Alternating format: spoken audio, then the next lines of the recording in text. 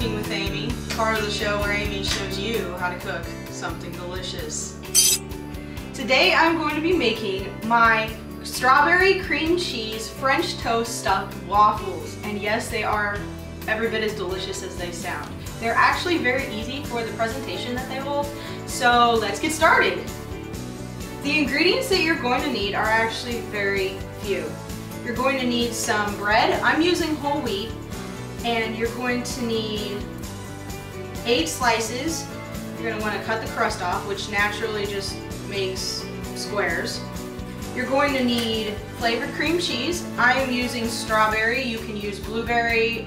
They have a pumpkin spice. They have cinnamon. Really, any will work, but this is my favorite. You're going to need a shallow pan, a fork, some whole milk, vanilla, 1 egg, and about 1/3 cup of sugar. You also need a waffle iron, some no-stick cooking spray, and a plate. So let's put this all together. Alright, you're going to take your egg, dump it in your bowl, add your sugar. Oops, don't do that. A healthy splash of vanilla. It probably comes to about a teaspoon, but I don't like to measure things, so there you go. And some milk. I'm guessing this is about 1.5 cups, but again, don't measure things. This is basically just making the French toast custard. I would not recommend using fat-free milk. The fat in the milk makes the custard thicker, and I think it just soaks into the bread better. So blend it all together. Yum, yum.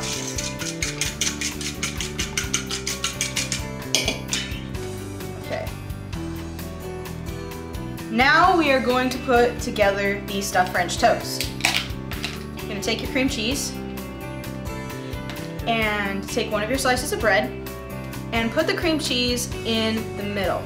You want to keep the edges clear so it won't ooze out and burn while you cook. You also don't want to use too much cream cheese because then it will, again, explode everywhere. You'll have a mess. Put it together, kind of flatten it down. You don't need to worry about crimping the edges because the waffle iron will do that for you. If you were just going to fry these in a pan, I definitely would crimp the edges with a fork, but not necessary, so it saves you a step. So what I'm going to do is just do this with all of the pieces of French toast. You can also use peanut butter and chocolate chips or peanut butter and Nutella. Those are 2 of my other favorite flavors to do this with. And if you really want to get crazy, you can do an Elvis, which is peanut butter, bacon, and banana. And yes, it is every bit as good as it sounds. I make that for my sister regularly, and she is just absolutely in love. Alright, last one. See, this does go very, very quickly if you have all of your ingredients ready ahead of time. No one's ever going to guess that it took you less than 5 minutes to make these. Press it down, and now you're ready for the next step. Now, you're going to need to generously, and I mean very generously, grease your waffle iron. These things tend to stick, and you don't want that happening. It just ruins the presentation. So, grease it up.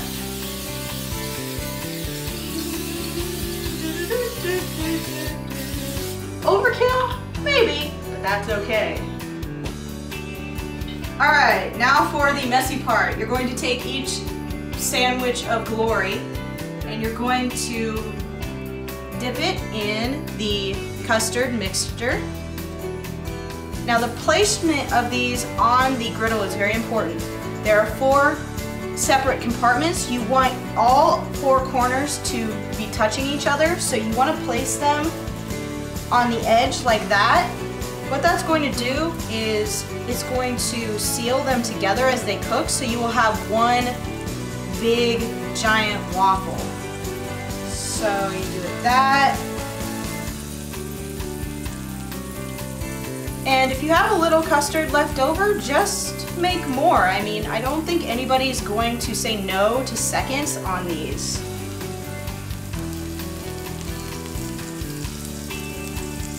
Look at that delicious sizzle. Oh man. Alrighty, last one. So you've made one giant square out of all the little ones. You're just gonna let that close, and usually my waffle maker, most do, they have a light that will turn off when it's done. I recommend letting it go for a few minutes longer after it says it's done. The reason why is you want the center to be fully cooked through and not doughy and mushy. And I found that if I turn up the temperature on my waffle maker, it just burns the outside, and this way is really going to give you the perfect texture inside. So it'll be roughly 3 to 5 minutes that this is going to cook. So I'll show you what it looks like once it's done.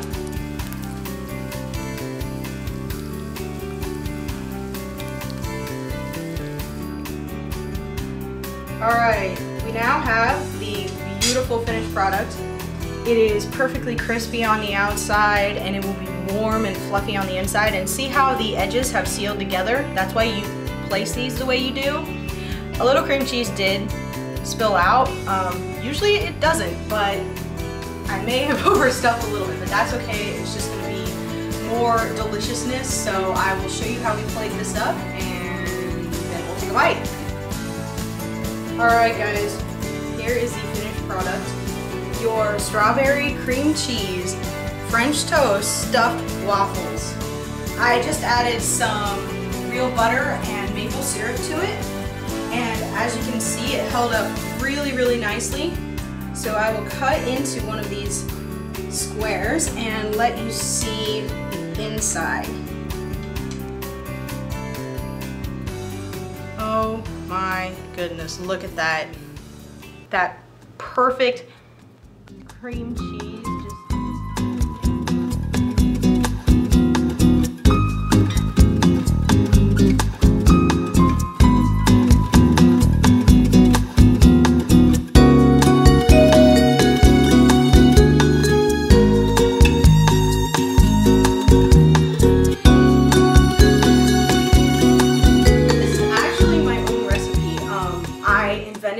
A couple years ago when I wanted a stuffed waffle, but after several failed attempts, I got frustrated and came up with this. So if you'd like to see any more of my own unique recipes, let me know in the comments down below. I'd love your feedback. I'd love to hear from you guys. Any tips, any helpful hints, compliments, bring it on. So I'm Amy, and I hope you enjoyed this video. Have a good day, guys.